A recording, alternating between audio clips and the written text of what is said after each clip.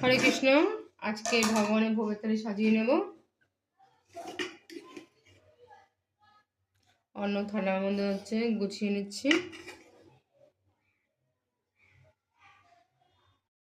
আজকে আমি বিউলির ডাল করেছি লাউ দিয়ে, তার মধ্যে ধনেপাতা দিয়েছি, বাটিতে বেড়ে নিচ্ছি ভগবানের জন্য।